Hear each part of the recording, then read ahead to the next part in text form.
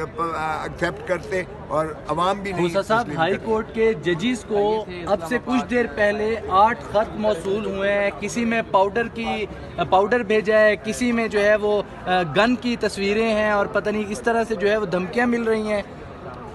ہاں تو یہ ان سے اور کیا توقع ہے؟ جو جعلی حکومت آئی ہے وہ جعلی حکومت اپنے آپ کو تسلط رکھنے کے لیے، اپنا تسلط بحال کرنے کے لیے اور زیادہ خائف کرنے کی کوشش کرے گی. یہ حکومت کر رہی ہے.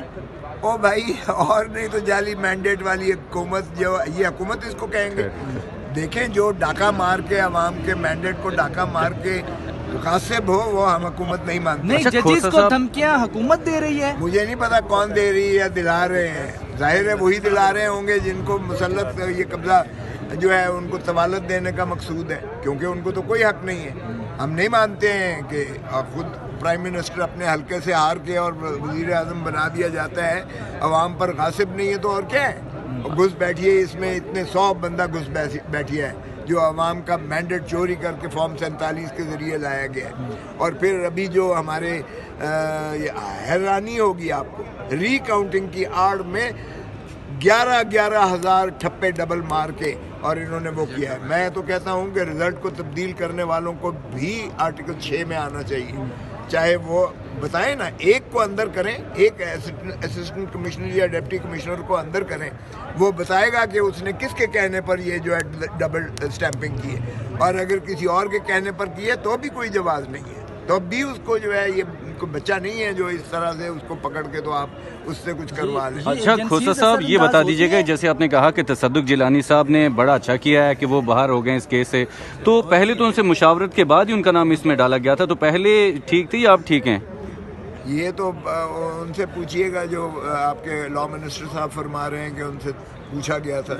اگر پوچھا تھا ان سے تو پھر یہ آپ نے تو فیصلہ پہلے ہی دے دیا حکومت نے کہ انہوں نے ان اپروپریٹ لکھا تھا. آپ نے تو اس کو ریجیکٹ کر کے کنڈیم کر دیا ان 6 ججز کے خط کو. آپ نے تو ان 6 ججز کو الٹا ملزم کے کٹہرے میں کھڑا کر کے دے دیا.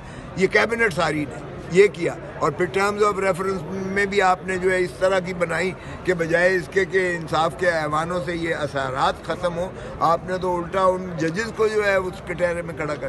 تو ظاہر ہے کہ ایک بعض امیر شخص جو ہے وہ تو اس قسم کے سازش کا حصہ نہیں بن سکتا ہے. تو تصدق جیلانی صاحب نے اب اگر یو ٹرن لیا ہے، یا انہوں نے جب یہ دیکھا کہ عوام کا پریشر ہے، آپ کا پریشر ہے، ساری دنیا کہہ رہی ہے کہ یہ 6 ججز کا ایک ریٹائرڈ جج جو ہے سنے گا، تو ظاہر ہے ان کو بھی احساس ہوا. وہ چیف جسٹس رہے ہیں، وہ چیف جسٹس ریٹائرڈ، وہ 6 سرونگ ججز کو بلا کے ان سے بیان لے سکتا ہے کبھی؟ یہ ایسا بھی کبھی ہوا ہے؟ سو اس لیے سپریم کورٹ ہی فل کورٹ جو ہے وہ اس معاملے کو کر سکتی ہے. ابھی بھی ہمیں 7 ججز پر اعتراض ہے. خدا را فل ججز بیٹھیے گا تاکہ ایک ہی دفعہ یہ جو اثرات ہیں، یہ پاکستان جب سے بنا ہے معاف کیجیے ہو رہا ہے. 45 سال بعد سپریم کورٹ کہہ رہی ہے کہ بھٹو کو پھانسی غلط دی گئی ہے. 45 سال لگائے انہوں نے، اور اس میں بھی نام آیا. پھر خود اصغر خان کے کیس میں نواز شریف نے 60 لاکھ روپیہ لے کر 60 لاکھ روپیہ لیا. وہ دورانی جو اس وقت کے تھے، اسد دورانی DG ISI، اس کا بیان لکھا ہوا ہے. وہ 2013 supreme court PLD 2013 supreme court page 1 صفحہ نمبر 1، سارے پردہ نشینوں کے نام بھی دیے ہوئے ہیں جنہوں نے پیسے لیے. ISI نے وہ بنایا سارا. تو ISI اسٹیبلشمنٹ تو پہلے